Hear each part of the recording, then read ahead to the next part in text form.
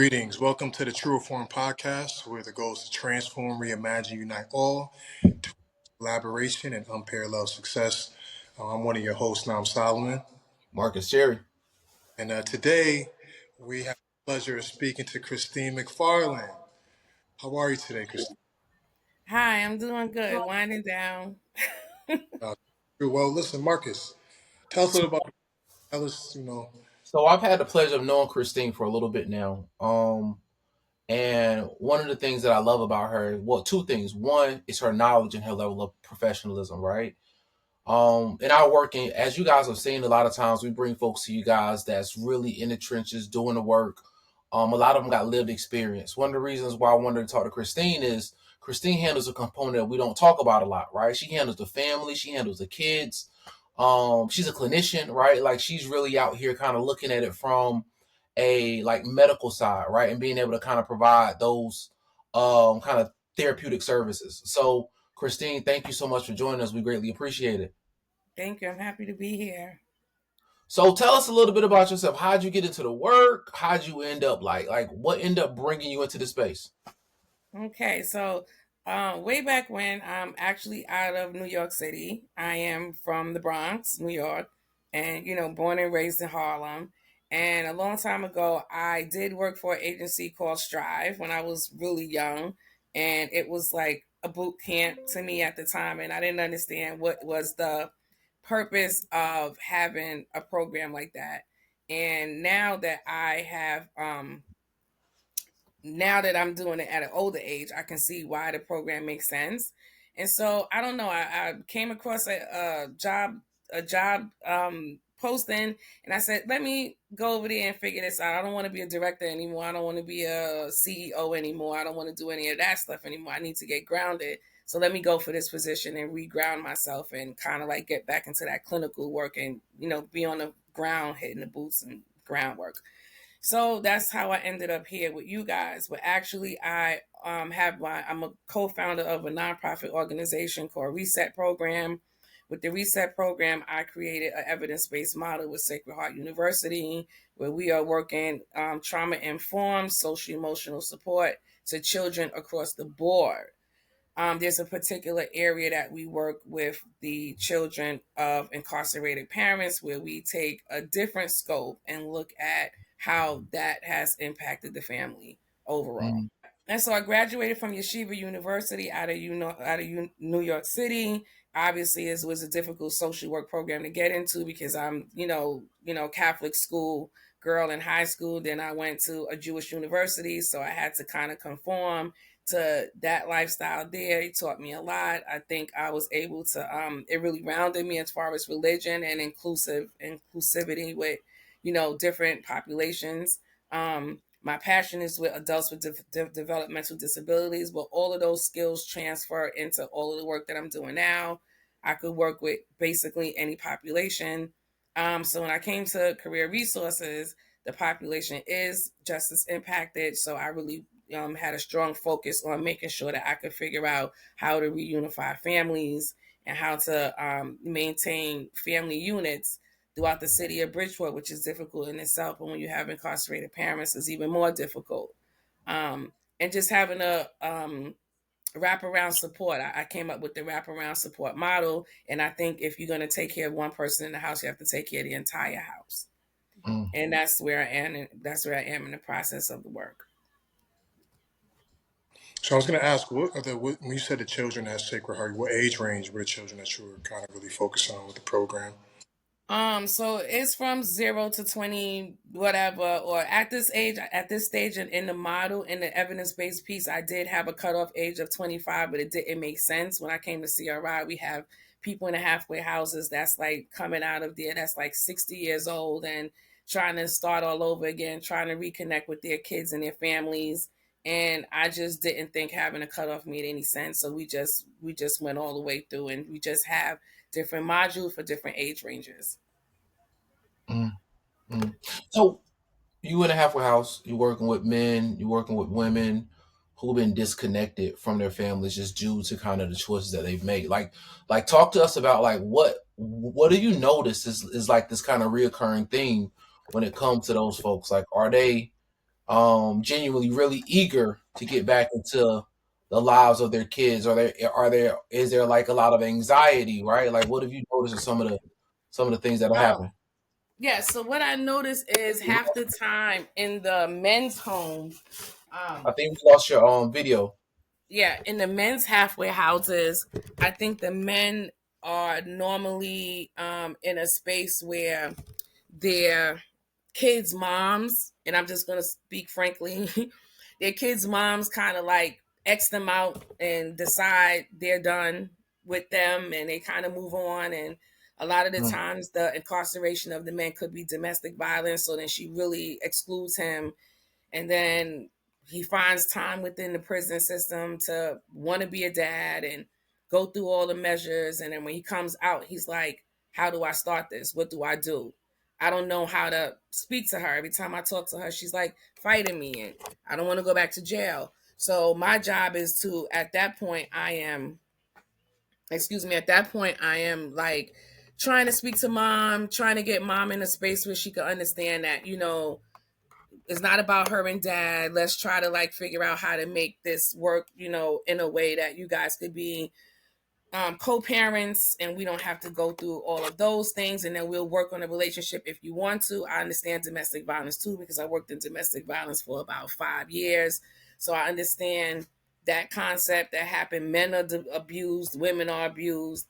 So I don't push that, and I'm kind of careful with the domestic violence piece, especially when the courts are involved and things like that. But I think the child should be a separate entity from it all, and I try to make sure that I get a connection happening with the child and the parent. It could be the women in the halfway house, they go through the same thing. You have dads that's like, no, you've been gone for 10 years, I have a whole new wife, don't come back. Then you have the same thing happening in the men's house.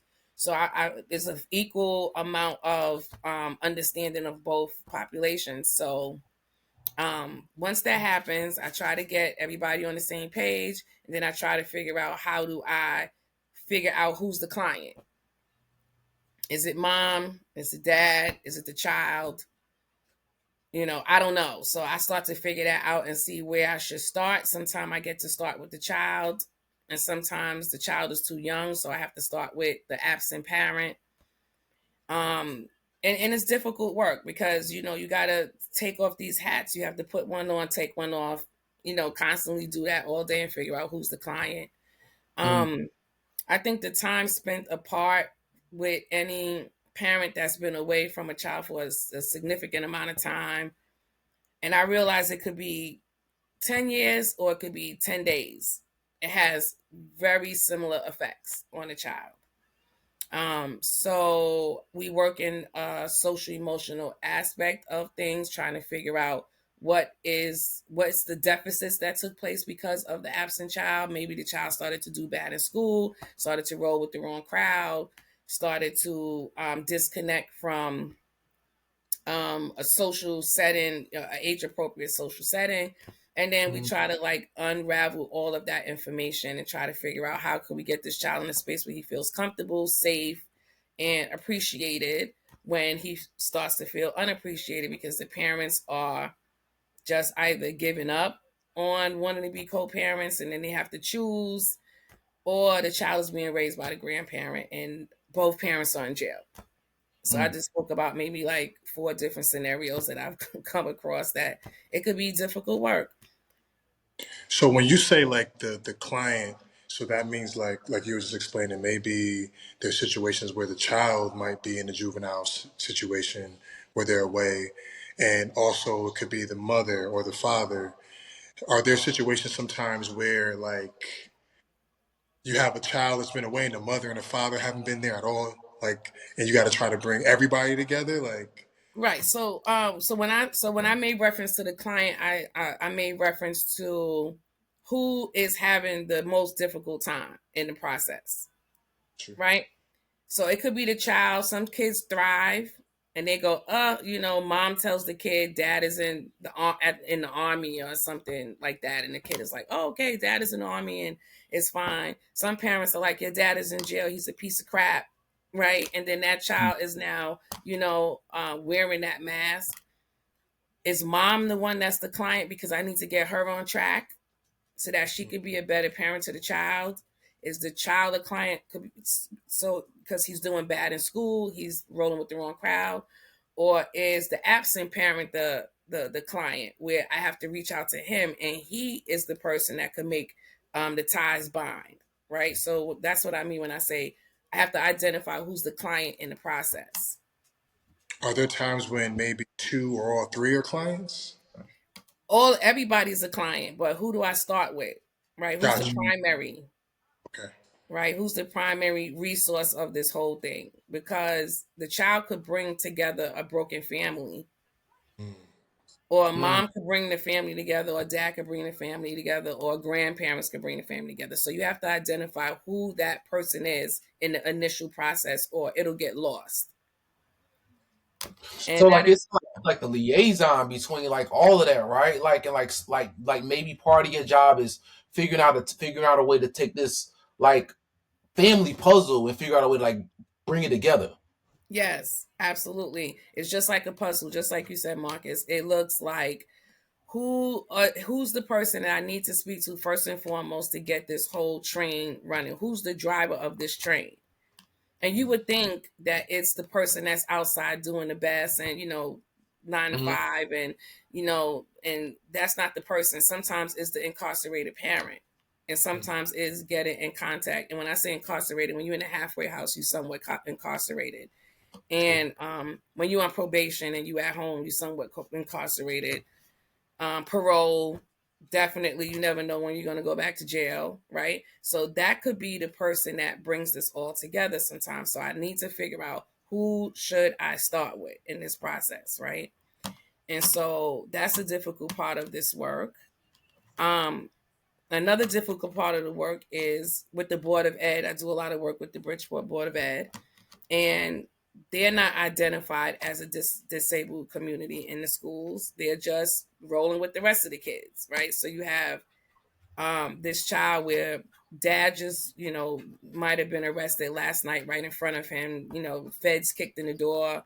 Now they're in school tomorrow, and it's like they expect them to thrive like the child that had a meal and watch TV with his sisters and brothers, right? And it's kind of like, hello, let's take a look. Let's be trauma informed. Do you know what happened to that kid last night? His father was just arrested right in front of him and, and taken away. So that population gets lost in the school system. Do you So like those things happen that like the school system itself is kind of receptive to the situation and circumstance, or do you think they like cast it off as negative behavior, not trying to pay attention, right? Like, what do you think? absolutely. Absolutely. It's casted off as negative behavior rather than saying, hey, what's going on with little Johnny? Like, he's like weird today. Like, let's take him aside and let's speak to him and let's figure out what's going on.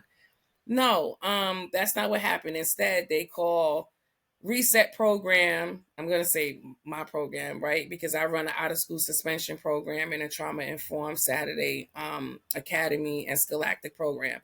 And they call me and say, oh, little Johnny is doing so bad. I don't know what's going on with him. We suspended him for 10 days. And it's like, so I Oh, go to the school and I assess and I'm like, he's like, this is what happened. And this is what happened. I'm like, did anybody ask him what happened before he, did what he did? No, they didn't. They just suspended him for 10 days and expect for him to come back to school after 10 days and just thrive like the rest of the students. And we get to tell them what happened.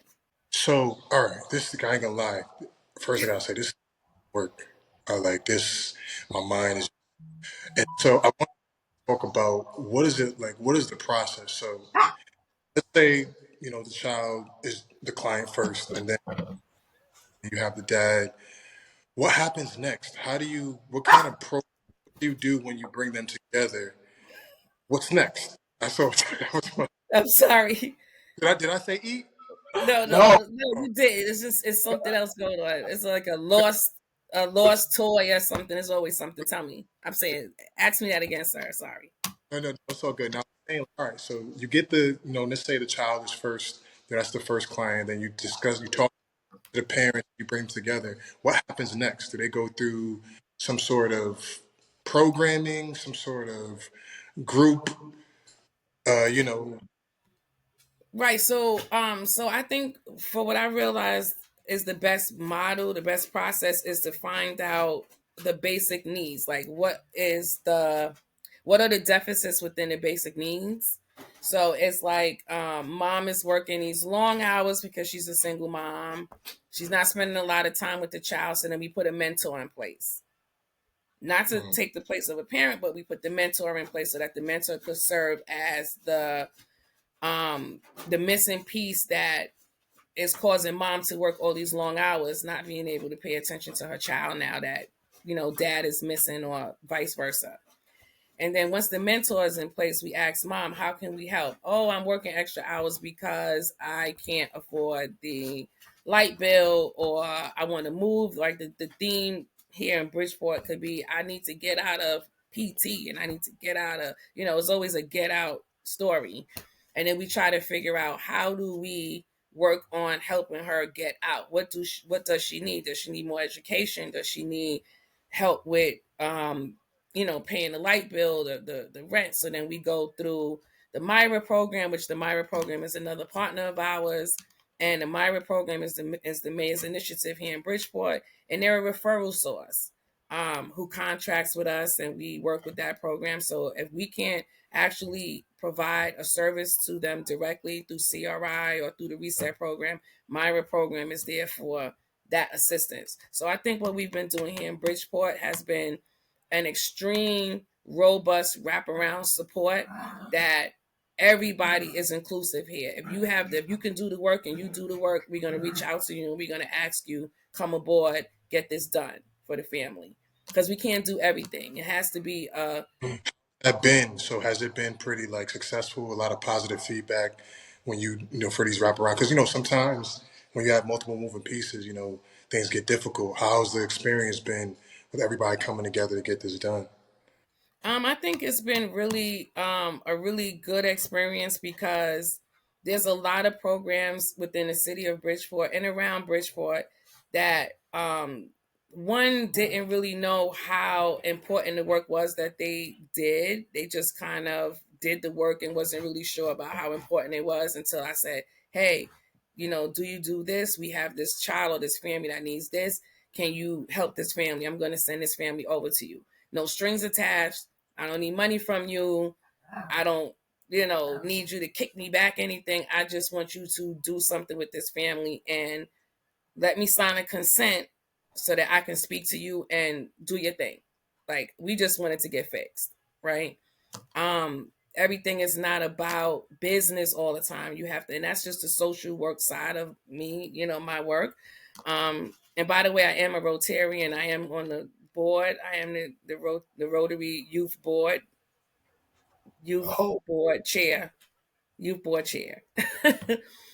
So a lot of my work is humanitarian work. I don't make nearly enough as what I should be making for what I do for the average, person that do this much work. But it's all about self-gratification, and it's all about having the supports that I get from my comrades and my, the people that I've met, that I'm in contact with within the city of Bridgeport. And overall, I think it's been a great experience on bringing other people aboard. Mm-hmm. Yeah, it's no fun alone. Like, I think everybody should get credit. It's a bunch of people that get credit on one family, and I think that's the best way to go about things. So kind of speaking to that point, in terms of credit, is this component of kind of bringing the family back together, is that something that people are required to do, or do they kind of voluntarily come to you and go, hey, listen, I'm coming home, I'm trying to reconnect with my daughter, my son, I'm coming home, I'm trying to reconnect with my kid's father? Like, how do they generally get connected to you, and is it voluntary or is it more like a mandatory piece? So for CRI, which is an amazing organization, let's just start there. But with CRI, they have a part of them that, as a part of the referral process, they go into the halfway houses. They fill out an application, a referral form. The referral form is asking them a bunch of questions. One of the questions I see mostly as what are some of your top goals. A lot of the top goals is if they have kids, reconnecting with my kids, Mm. getting a job. That's when we send everybody to you, Marcus. I don't care if they can work or not. They just go to Marcus. Um, and um, and then that's when we find out. Then they send the application to me, the referral to me, and then I see that dad said he wants to reconnect with his kids. Motivational interviewing sends me to ask more questions, and when I ask more questions, I can figure out if it's possible, how soon can we do it, or if we can do it at all, right? Because some dads are in there and they really can't have connection with their kids and women because of a protective order and all those things. If that's the case, then I send them to the fatherhood program in hopes that that program can help dad with the court piece, with the legal pieces. So, and if I speak to a dad and it's just about financials and we figure out how to get him a job and how can he get his child support paid, right? So we send, so every single part, every single moving part, there's a referral for that moving part. Got it. Is there like an overarching body like that kind of, I don't want to say govern for the lack, I don't want to make it seem like a bureaucracy or something like that, but what keeps everything together in this like, in this consortium? Um, I don't think it's like a law like DCF would have like a law of how you do things. I think it's just best practice for now Right. until a evidence-based practice come out and it's like you better do this, right? I'm gonna say that there is some inside out work that happens, right? Some people that the imams and they go into the jails and they kind of speak with the individuals inside, and then you kind of have somewhat of some information about what to expect once they're released. Sometimes that happens. In the community, we normally get the referrals, like I said, from the schools, and from those referrals, we start to do our referral. And once the parent says, I've been a single parent, dad is in jail, mom is in jail, and that's when we go, okay, how else can we help you? What can we do? So it's not, I don't think it's like a governing body. I think it's just separate governing bodies that we try to build a collaborative with, and in hopes that it does become a law or it does become something more specific and structured. Okay. And it seems like it requires like a lot of initiative, right? Like somebody got to end up taking a step, whether it's that guy that's going to the halfway house or somebody got to reach out to you. I think what I feel like I hear is that it's difficult to always get everybody on the same page, right? And as a father, who is actively involved, it's hard being there when you have been there the entire time in terms of getting the kid to listen, getting the kid to respect you, getting the kid to kind of follow directions. Yes. How difficult have you noticed it is for some of parents when they come home to be able to try to reinstill that level of respect between them and their kid? Right. So we ask that the parents do some sort of family therapy, which used to be way more difficult in the community, maybe like 2 years ago. But right now, people are like on it. Like, yeah, family therapy. Yes, we want to come. I don't know why it's like this push that everybody wants to do it to the point where I don't even have the time in the schedule half the time. But at one point, I didn't have anyone that wanted to come. Now, all the parents wouldn't mind doing family therapy because they feel like maybe I need a third party to help, break down some of these walls or some of these barriers.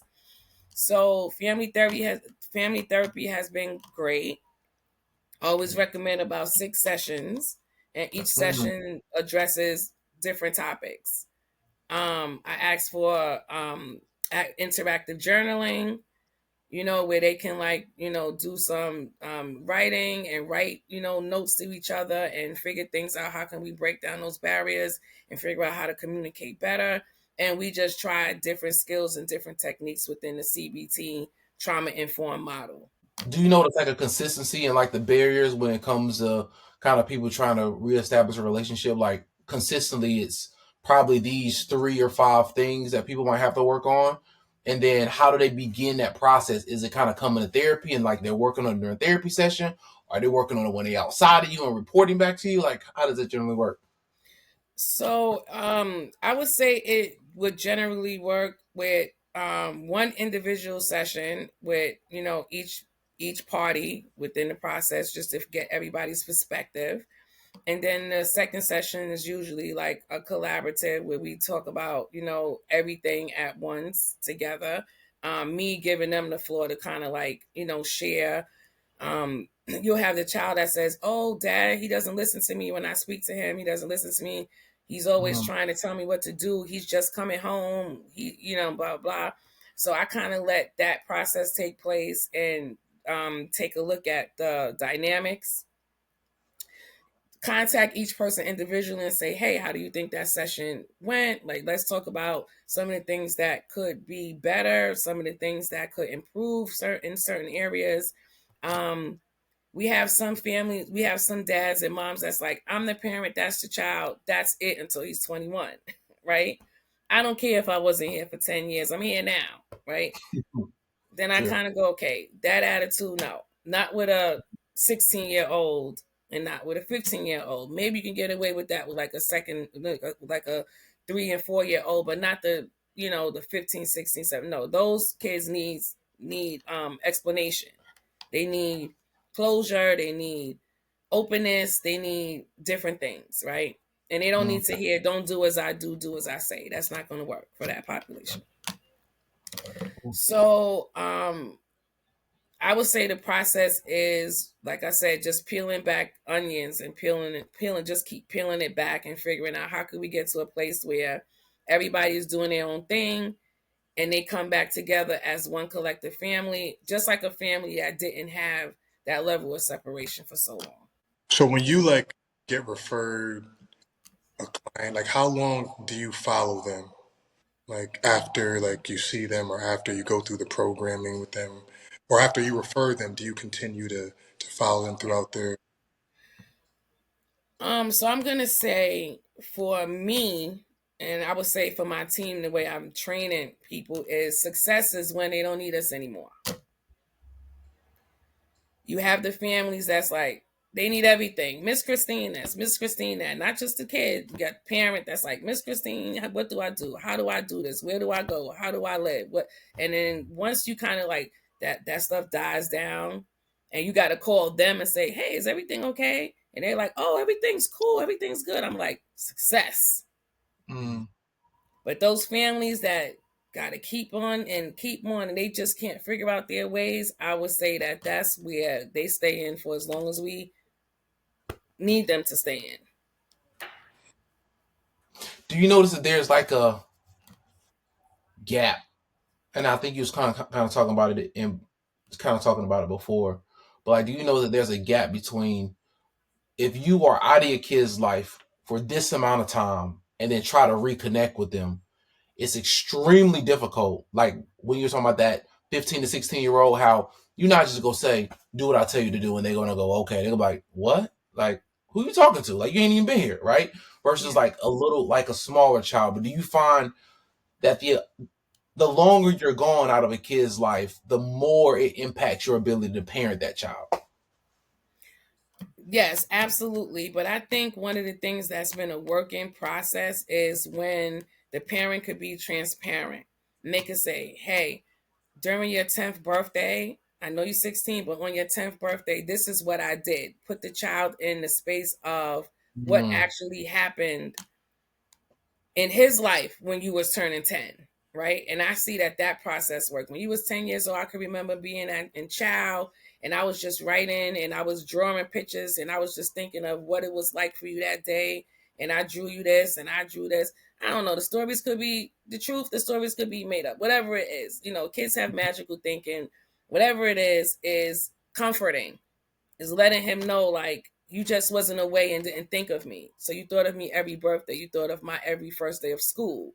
You thought about, you know, the first time I played basketball and when I lost the game and when I won the game. And if dad could go back and recollect like that, it usually brings that child, the older kids, to a more comfort and space. hostile space and into a more comforting space, because they start to feel like you did think of me, um Mm. and I think the younger kids could be a little easier. Dad could bring a couple of things and to the visit, and into the session, and kind of like really have that real parent child relationship interaction, and that's comforting to the child. And then the child is like, if dad say do this, the child does it because the child is trying to please dad. So it's a different thing. But the older kids is like, I need to know more. I need to hear what you was thinking when I turned 9, Mm. and when I get dads to open up like that, a lot of the time they're ashamed. The stories is not, sounding like the, rainbows and whatever it is, Skittles in my mind, but Mm. when that happens, the kids are usually more like, oh wow, like I don't even remember what I did when I was 9. You remember what I did when I was 9? And it's amazing to see like how that process unravels with when that process is presented to the family unit. I know, like a lot of times, when you're doing this work, sometimes I'm sure you get attached to certain like, clients. I'm sure there might be a handful or some that are special to you. How do you deal with that? Maybe getting attached, wanting to, make sure that things go well. How do you deal with that when you really get attached? Because I always say, social work, I love the field, and people that are in it are just, superhumans. How do you deal with that sometimes? I think I overcame the attachment piece like a long time ago, because I've been in the field for, I won't say how many because you can know my age, but for a long time. So I had some really healthy attachments where they still keep in touch with me or my partners. I mean, like since back in New York days, like they'll keep in touch with us. They'll thank us every year. I may get a card, I may get a call. The email's been the same. And then it's just starts to just become like a composition of the work, right? And then it's like I just want to know, I keep in touch, we all keep in touch, and then I try not to I get attached, of course, because like for instance, we had a family that mom she couldn't really read well, and we had to read a lot of her letters to her, like, or the light bill would get turned off, or those things would happen. And then it was a shootout in her house every couple of weeks because she had a son that she loved so much. And then I'm like, okay, I'm gonna let her go now because she's not listening to what we said, which is relocate your son or something. We're not gonna mess with her, that's it. And then she'll come back and she's right back in like nothing happened. So we would work with her over and over and over again, and she's still a client till this day. I just spoke to her yesterday. So she Miss Christine, I'm so sorry. No, it's okay, don't be sorry. Let's find out what's going on now, and let's deal with this issue. So it's just like it just never ends. It's just an ongoing thing, and I don't make it too heavy. I try to leave the work outside, and which is a little difficult because I have the administrative stuff that I have to take care of. But I think it just became a part of my character.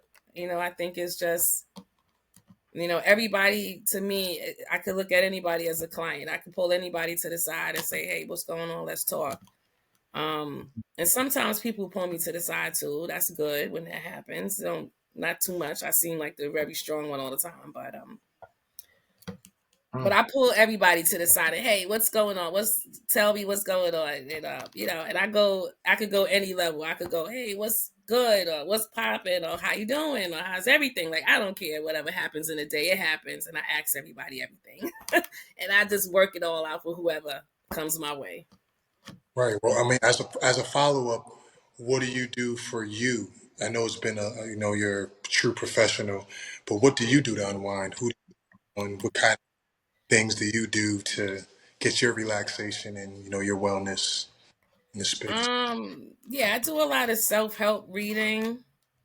Just try to figure out how to close out the day most of the time. A lot of prayer.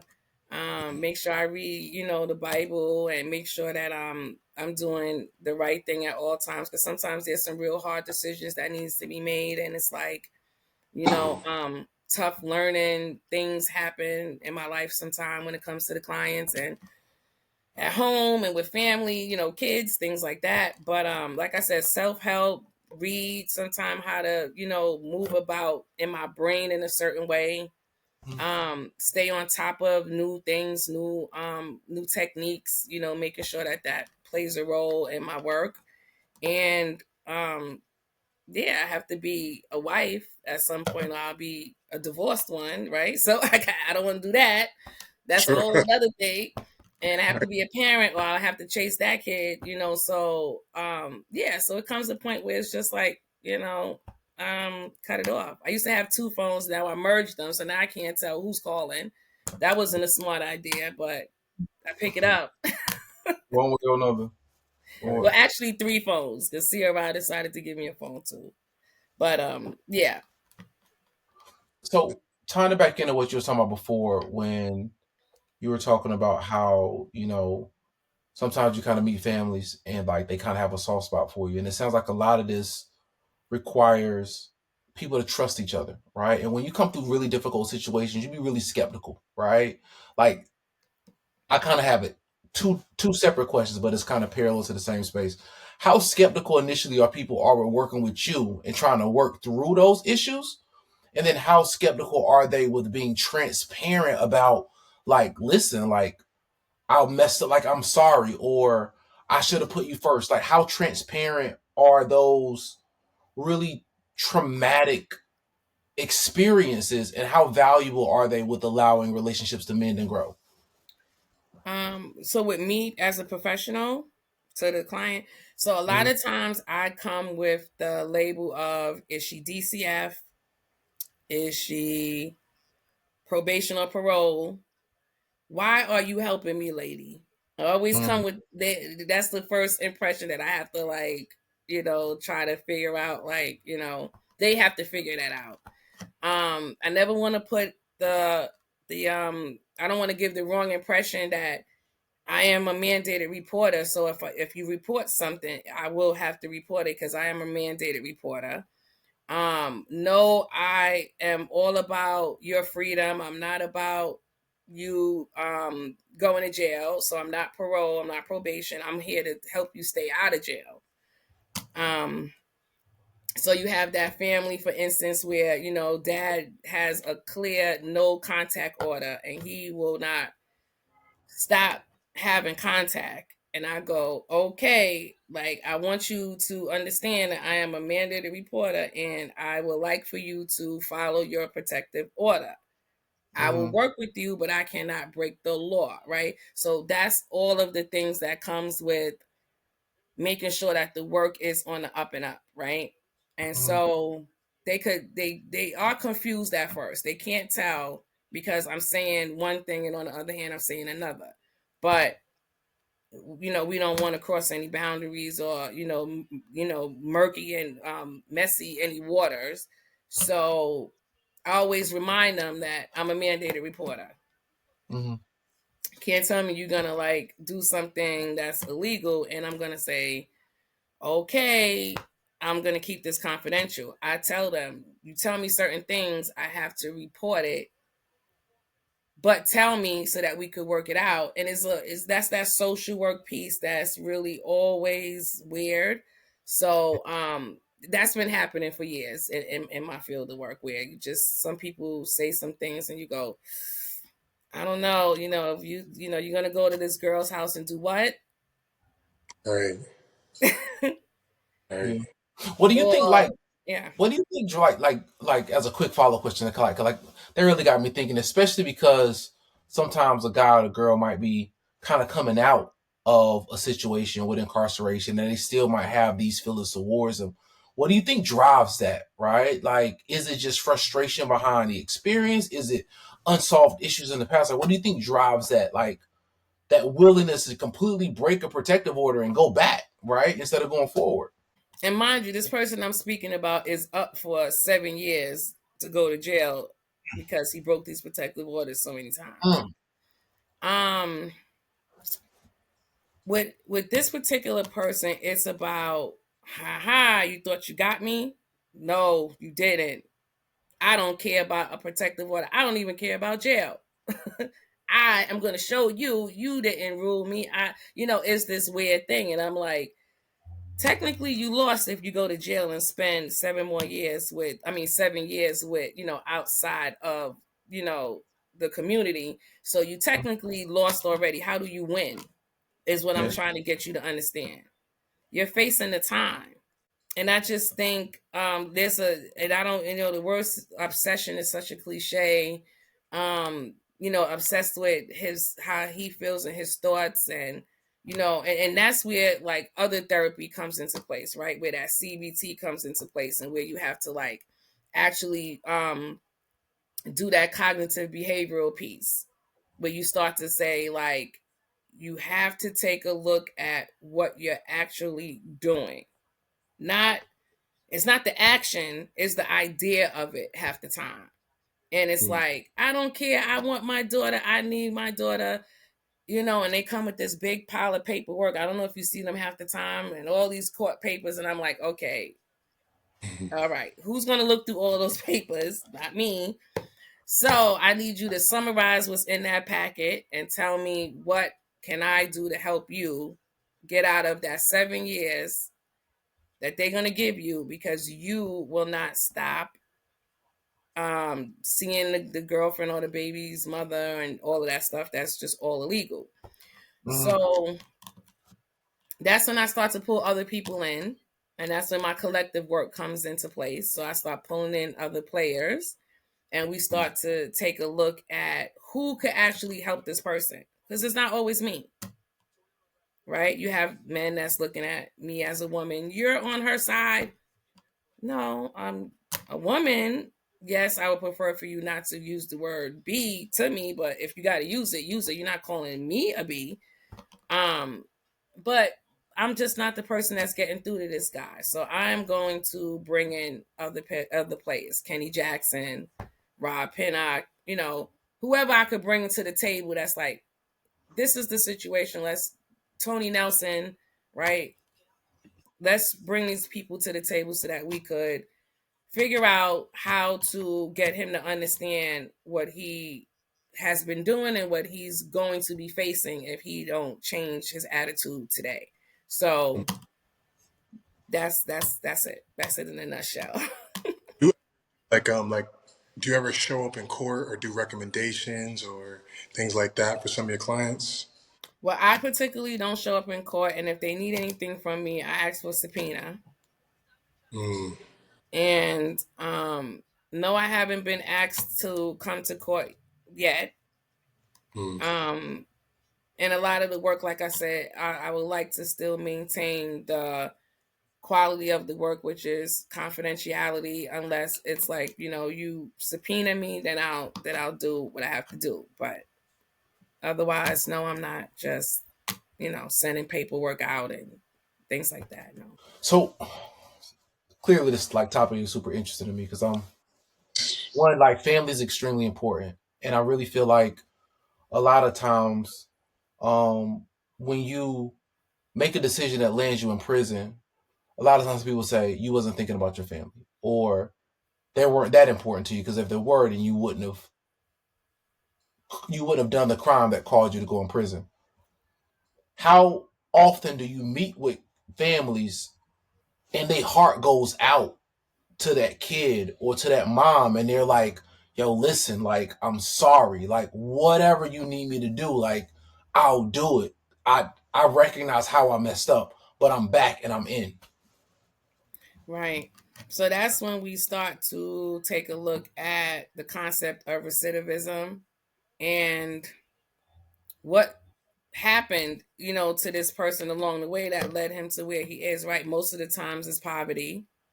Most of the time is that that individual came from a broken home himself, and emotionally just wasn't able to maintain a certain level of relationship. So then it led to domestic violence, which led him to prison, or he had to take care of his family, so he sold drugs, or he had to protect the family member, so he shot them, or those things happen. So it's a bunch of things that I take a look at through a different lens to be non-judgmental.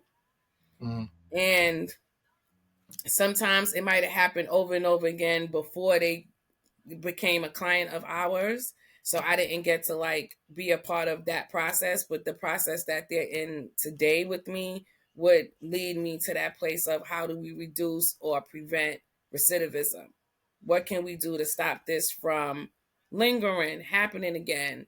What can we offer this person as a support that would prevent him from having to or from other people saying, oh, you're so stupid, you did it again, that means you did it to yourself. Like, let's put all the things in place so that if that is the case, we can say, well, check, yeah, you are kind of dumb because you didn't have to like leave the job to rob the store when you have Marcus, Right. right? You got support.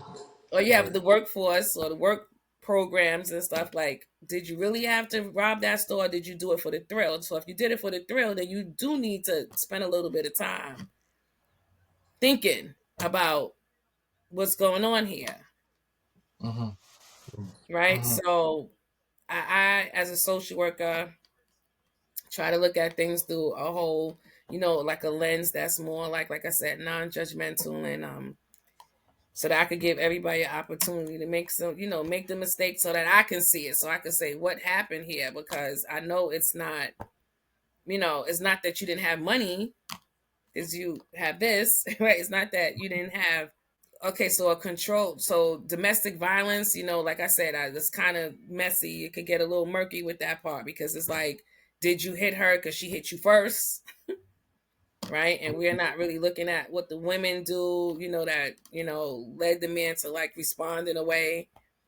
Violence is definitely, I never condone violence when it comes to men because they're just stronger than women. But sometimes men, they get beat up real bad.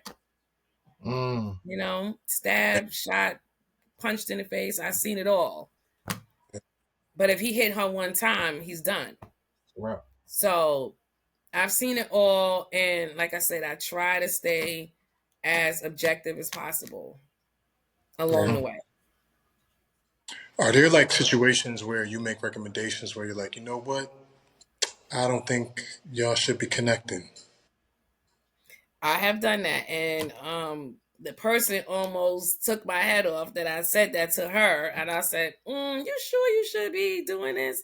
And he's like, "You said this to her, and now she's moving out," and I'm like, "Well, I think she should move out. If you beat her up every day and you burn her with cigarettes and stuff like that, I think she should move out until you guys can figure things out. Now, I'm willing to send you guys to therapy till you figure it out, but I'm trying to keep everybody out of prison. So, yes, I make recommendations, and yes, I have given recommendation that was solid. And I just say consequences, I'll think about it later, but I'd rather not see her on the news or him on the news or. Makes sense. Makes sense. So, as you know, a lot of people that we're trying to really talk to are folks that's been through it. People who coming home trying to do right. What advice would you give to someone who is coming on both sides, right? A person who really wants to connect with their kids and don't know how. And then on the opposite side, one that should but is afraid because they've been gone for so long. Right. I would definitely recommend the person not come back into society without seeking support. A lot of people think they can do it. Oh, I just did 20 years. I'm good. I don't have parole. I don't have nothing. I'm just out here. No. You need to seek support. You need to make sure that the world looks the same to you. And, make sure that, you're assessed and somebody could actually see you for the person that you can be versus the person that you was, because trying to fit back into society with the bus now having lights on it, and before you left there was no lights, It's traumatizing. You have cars that drive themselves. Do you think that's making any sense that you just come out and start thinking that you're in the same world? You're not in the same world. Things are very different. Mm. And you won't learn that from the bus to your house. You need to get off the bus and you need to go somewhere like the Welcome Center or places that can serve you as an individual so that you can get the supports you need immediately leaving a prison. We have to adjust ourselves just waking up in the morning out of our own beds, from the bedroom to the kitchen. So I know I would have to adjust myself from a prison to the street. So people should see it that way so that they can have a successful reintegration and a successful reunification with family. Not just kids, with your whole family, with your brother, your sister. Everybody's different. Even if they came on visits to see you, they're not presenting to you who they are outside. When you come outside, you see the real everybody. We need help. Sure. I feel like you was preaching to me right there, because one of the things that happened to me was I got completely separated from my brother and my sister, right? And like when you think about family reunification, all you really, in my brain anyway, all you really think about is the mom, the father, and the kid, right? It's family is so much more than that. It's so much more than that. So many people are impacted. You are right. Of course, You it's are right. everybody. Marcus is home. The whole family come. We gonna do the cookout with him. You looking at everybody like, wait a minute, like, and then you go inside the house in the bathroom and you cry your eyes out because you don't know nothing Uncle Johnny talking about. You have no clue what cousin Kenny is even mentioning, right? So that stuff is traumatizing. It's just over traumatizing. Why do that when you can just seek the attention, seek the help you need immediately coming back into society and you could blend in better? Listen, I was traumatized when I served my time when I came out, and the pants were so tight. I couldn't believe myself. I Listen, know. I looked at my brothers. I said, I can't leave the house this way. I couldn't do it, and they were Yes. laughing at me because I was like, yo, you guys really have on these pants. Like I didn't get it, and I Yes. really. So I know, from experience, I know that's just the fashion alone. You're looking around, you're like, it's just Yeah. And crazy. then your brother take you shopping and you like over there and he's like, that's Right. not it. No, not that. You gotta go over there. You like, no, I'm going over here. This was it. This is everything. No, we don't wear that no more, brother. So now you re-traumatized all over again. Like, oh my God, I'm just remembering I just did 10 years. It's Yeah. tough. So you really have to. I wouldn't even go straight to home. I wouldn't go straight home to mom. I wouldn't go straight home to, my baby mother or wife, because I know they're like, oh, you coming out? I want to be the first person you see. No, you need to go and get those numbers so you can get some help. Mm. Wow. Because you have the people that has reported to me that they wake up on the floor. They have a big old queen size bed because the wife made sure he had the big bed to sleep in because she's thinking he's gonna love this big plush bed, and he will not sleep on that bed for nothing. He sleeps on the floor. So true. Oh. So Listen, she feels very true. unappreciated. I'm like, he spent 10 years sleeping on the hard floor. This bed is new, I right? swear, So, happened to mm-hmm, me. That's true. It was too mm-hmm. soft. Yep. I couldn't get comfortable, literally. So I had to put down something on the floor to get good. I swear to you. So you're Yeah. saying it's true. I had a mom for 2 years trying to figure out a client for 2 years trying to figure out why her husband would not stay in that bed with her the entire night. She came up with all type of theories, and I'm like, no, you have to listen to him. He don't even know how he got on the floor. If the bed was too soft, he hasn't done a soft bed in 10 years. Mm. Right? So it's an adjustment stage. You need help. Very real. We talk a lot about support, right? Like about how it's extremely important to be able to come and connect with someone, right? But I tell you, like I wasn't thinking about it that way, right? Like I'm like, oh, you know what I'm saying? You come home, but you right. You like so right, Christine. Like if you Yes. don't If you don't prepare yourself and surround yourself with folks that can help you understand what you're seeing, what you're feeling, what you understanding, it can trigger you to make some bad decisions, right? It can trigger you not to get along with people that you potentially can if you had help. Like, that's so true. I ain't even think about that. So what's the sense of everybody saying, "Oh, Ricky coming home in 2 weeks. Oh, we can't wait," and then you come and become a menace to them? They're gonna be like, "Ricky should have stayed. We don't want Ricky." So prepare yourself. Get ready. Become better. Become a better person.